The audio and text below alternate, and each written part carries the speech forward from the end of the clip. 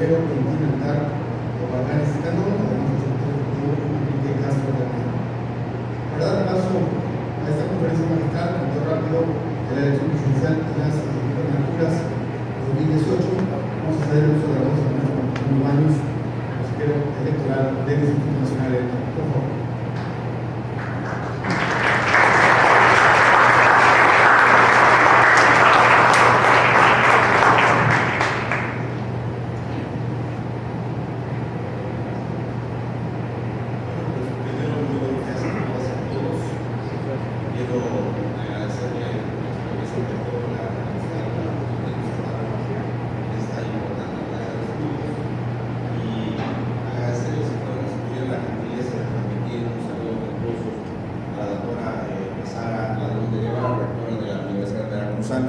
También con nuestra gratitud por permitirnos estar aquí.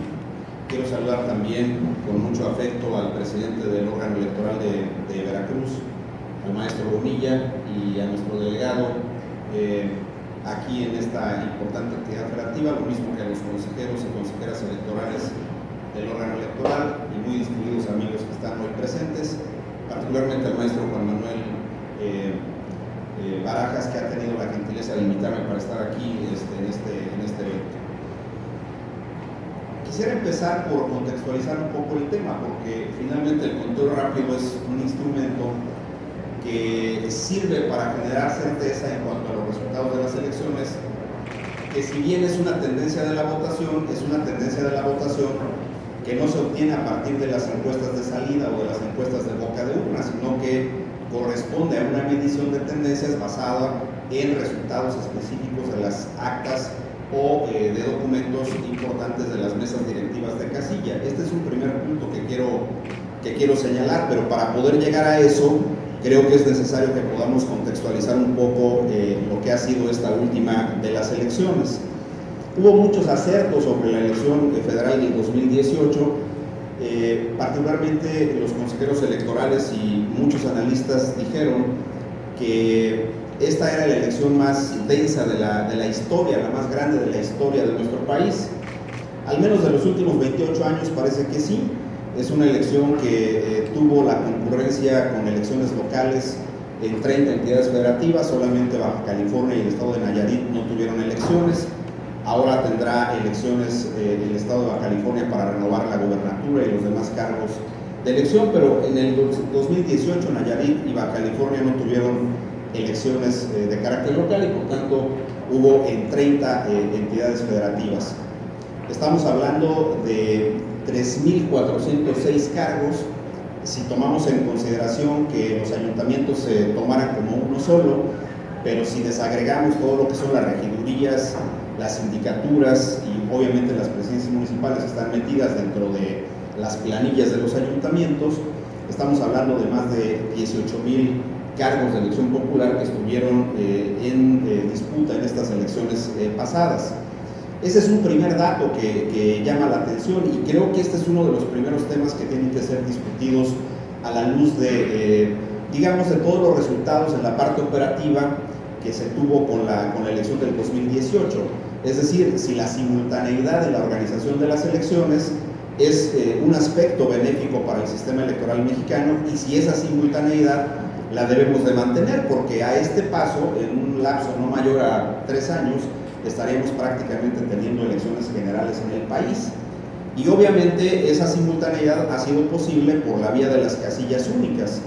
Del total de las casi 157,000 casillas que se instalaron a nivel nacional, el 96% de las casillas fueron casillas únicas, es decir, mesas directivas en las cuales se recibía votación para las elecciones federales y al mismo tiempo para las elecciones de carácter local. ¿Por qué no el 100%? Porque hemos dicho que en el caso de Baja California y Nayarit no hubo elecciones locales y en esas solamente hubo elecciones de carácter federal. Ahora, otro detalle que llamó poderosamente la atención durante este proceso electoral es que la respuesta ciudadana para inscribirse en los listados nominales también fue inusual frente a lo que había ocurrido con otros procesos comiciales.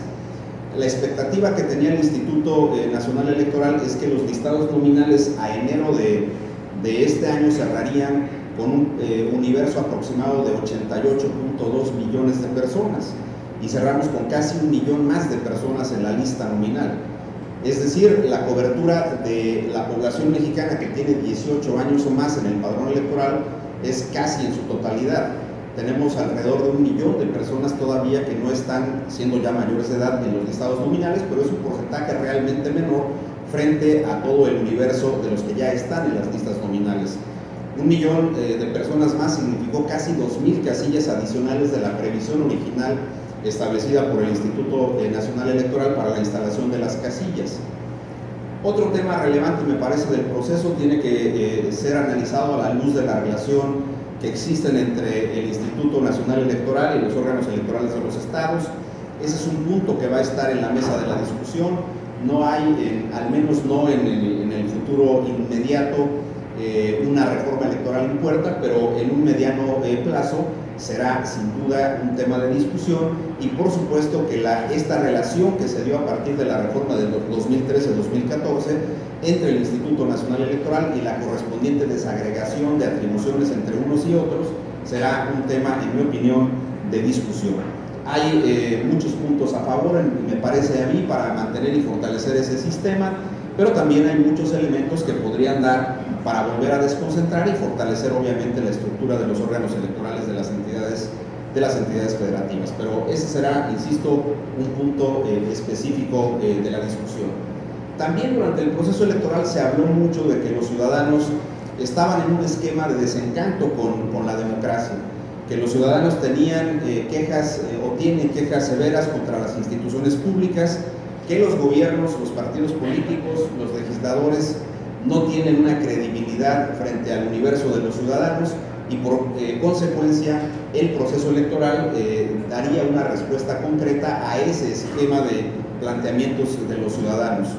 Hubo una encuesta famosa que dio origen a un documento que denominamos el Informe País, que se trabajó a través del Colegio de México, y donde aparecían cifras verdaderamente escandalosas. Por ejemplo, de cada 100, 94 personas decían que no tenían ninguna credibilidad sobre los partidos políticos o de los gobiernos correspondientes. Ese no es un tema menor, estamos hablando de que casi la totalidad de la población tenía dudas frente al funcionamiento de los partidos y de los gobiernos emanados de ellos, o un 60% de cada 100 que decía que no quería denunciar la posible comisión de un delito por dos razones. Una, porque los procedimientos de atención a las posibles comisiones de delitos a través de las autoridades ministeriales o son demasiado densos, o porque simplemente no se hace nada frente a ese tipo de situaciones. Obviamente la elección de 2018 ha demostrado, en mi opinión, una cosa que es importante también de empezar a deliberar, y esto en el espacio de las universidades me parece que es un ámbito idóneo para ello. Creo que el desencanto que se tuvo por parte de los ciudadanos, o que se tiene por parte de los ciudadanos, no es con la democracia en sí misma, sino es en el marco de las instituciones que la democracia establece para poder hacer este tipo de planteamientos. Y ese es un punto que creo que también tendremos que empezar a reflexionar con mucha seriedad, porque a partir de este momento todos quienes han emanado de los comicios celebrados en 2018 enfrentan retos específicos frente a los ciudadanos. Detalles también relevantes que se dan no solamente en el contexto de las elecciones mexicanas, sino en el contexto de las elecciones en el mundo. Hay una interacción impresionante por la vía de las redes sociales. Todos los países en el mundo están discutiendo qué hacer con la participación de las redes sociales en el ámbito de las elecciones y en el ámbito de la política. No hay en el mundo todavía ninguna regulación en materia de contenido sobre el uso de las redes sociales. Apenas algunas discusiones en la Comunidad Económica Europea o en los Estados Unidos para intentar regular algunas cuestiones vinculadas a la dignidad de la persona que pudieran circular por redes sociales, pero todavía concretamente no hay ninguna norma que restrinja el uso de las redes sociales en cuanto a sus contenidos específicos. ¿Qué es lo que hacen en México particularmente las autoridades electorales frente a las redes sociales?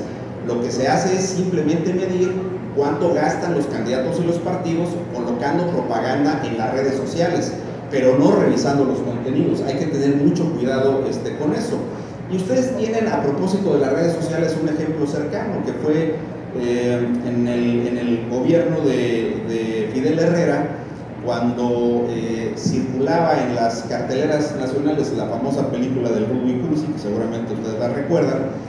Había una canción que tenía un estribillo ahí muy mal cantado por Gael García, por cierto, eso de yo lo vi llorando, la vi llorando, o lo vi llorando, algo así decía. Y en una parodia que se construyó a propósito de esa melodía, en las redes sociales se construyó otra que decía yo lo vi robando, y se referían al gobernador Fidel Herrera. Entonces el director jurídico del gobierno de esta entidad federativa en ese momento presentó una solicitud de medida cautelar al Instituto Federal Electoral para que se bajara en ejercicio de las atribuciones del IFE ese spot de YouTube que era por donde circulaba el famoso video. Por supuesto que los dirigentes de YouTube en México no accedieron a bajar ese video.